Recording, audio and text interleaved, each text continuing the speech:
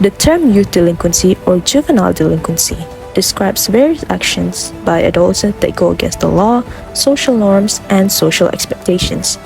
Musa and Rice, 2023, provide evidence for this claim, stating that an adolescent who violates the law or behaves in a way that society sees as unethical is labeled delinquent. The degree of these behaviors may vary, and they could involve misbehaviors including aggression, drug misuse, theft, vandalism, etc. These actions could have a negative impact not only on society, but also on the offender's schooling, career opportunities, and general well-being, in addition to the legal consequences of dealing with law enforcement and the criminal justice system. Malaysia has been plagued with the issue of juvenile delinquency for many years.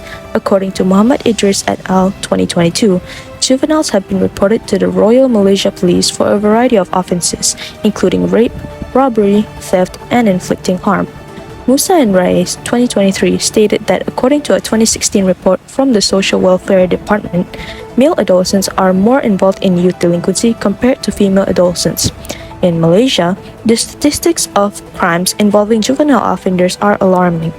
Muhammad Idris et al. 2022 stated that the Department of Statistics 2021 reported 4,886 offenses in 2016 involving children under 18.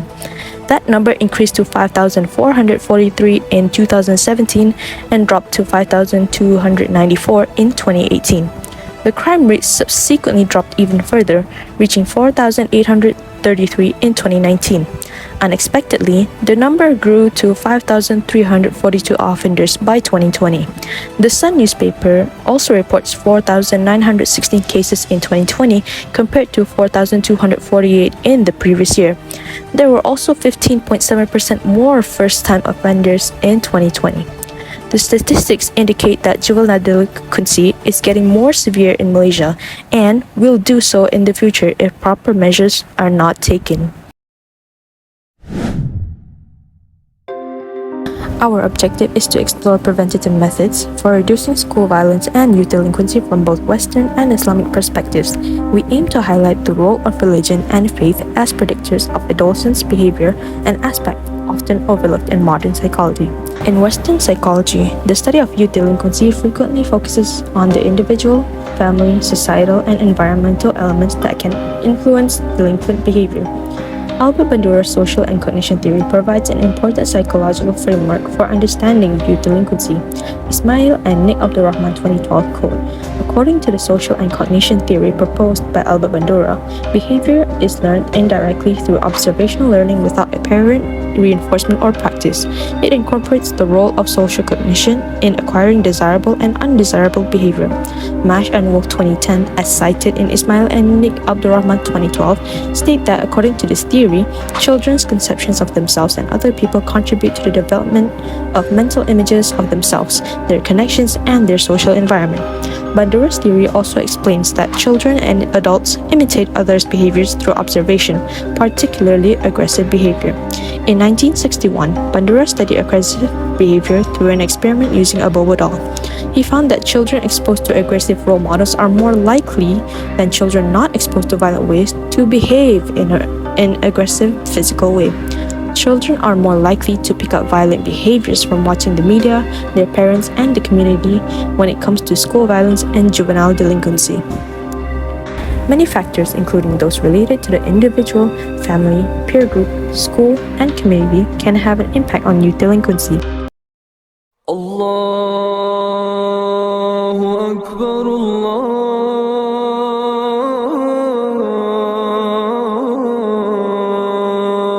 Akbar.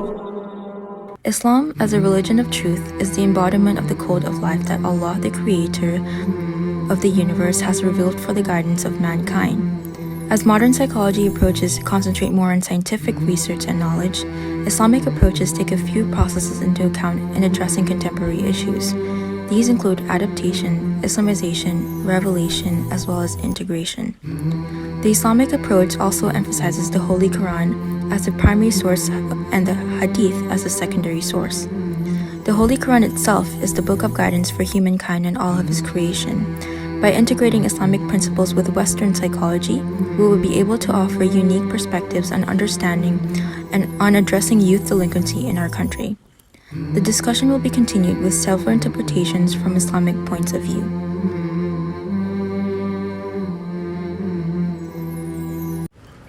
First, the quality of youth. Youth delinquency is a frightening issue that can harm the quality of youth and the future of our generations. Crimes such as homicide, drug abuse, rape, and others can threaten the quality of youth, which has been highlighted by Islamic principles. Youth is a vital phase of a human's life. The Quran emphasizes the value of youthful believers who are guided and supported by Allah, saying, quote, "We relate to their story in truth. There were youths who believe in their Lord, and we advance them in guidance." Unfortunately, under the influence of contemporary culture, youths are drastically involved in youth delinquency. Next is the psychological theories.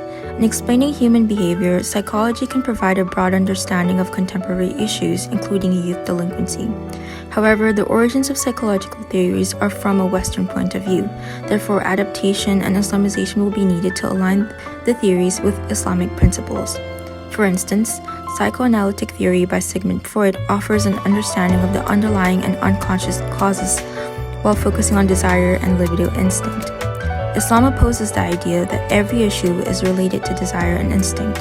However, Islamic principles encourage addressing the root causes of social issues like poverty or the lack of education that might contribute to youth crime. Furthermore, there is also the spiritual aspect of life.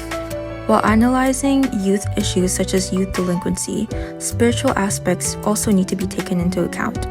A study conducted by Ismail and Rahman in 2012 suggests that religion and faith play an important role in preventing aggressive behavior among adolescents. This is because religion is the nature of the soul for human nature.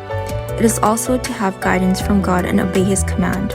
Allah subhanahu wa ta'ala said in the Holy Quran, "O you who have believed, obey Allah and obey the Messenger."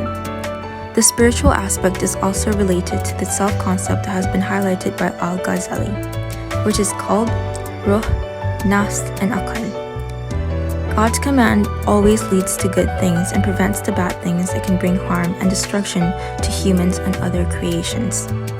The dual lens approach, which is a combination between Western psychological and Islamic approach, paves the way for a more comprehensive and effective intervention in the future. Education is a component of society that helps reduce inequality in society.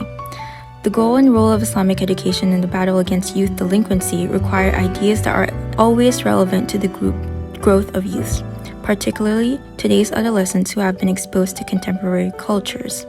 The Prophet Muhammad ﷺ also encouraged education by saying, "Whoever seeks knowledge walks on one of the paths of paradise." This shows that seeking education can spread knowledge and awareness among youth about the true value of life. Therefore, the possibility for youth to be trapped in crime is slim.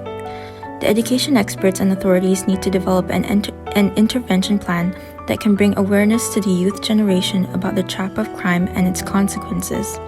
Some suggestions are the trip to juvenile school or prison, holding an anti-criminal act campaign at school, strengthening Islamic conduct in teaching at school, or engaging youth in beneficial and social activity. In our view, it's crucial to consider the role of religion and faith in shaping adolescents' behavior. We suggest that a holistic approach, which includes spiritual aspects, could be more effective in preventing aggressive behavior among adolescents. Spirituality and faith can provide a moral compass for adolescents, guiding their actions and decisions. They can instill a sense of purpose and belonging, which can be particularly beneficial for adolescents who are struggling with identity issues or feelings of alienation. Moreover, spirituality and faith can promote resiliency, helping adolescents to cope with adversity and bounce back from setbacks.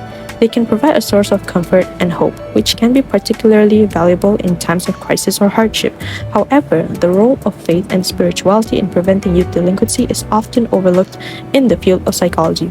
We believe that this is a significant gap in the current body of knowledge, and we propose that future research should aim to address this gap. To summarize our discussion today, the youth play a vital role in creating a peaceful world and the future of generations. Islam teaches us to value the energy and ideas of youth. the Prophet Muhammad ﷺ wisely advises to make the most of our youth, health, wealth, free time, and life itself. However, when we look at the world today, we see many challenges involving youth. There's still racism, violence, and injustice among youth. Youth delinquency has become an alarming issue. But by incorporating Islamic principles with Western psychological views, youth delinquency can be lessened and future generations can be guaranteed.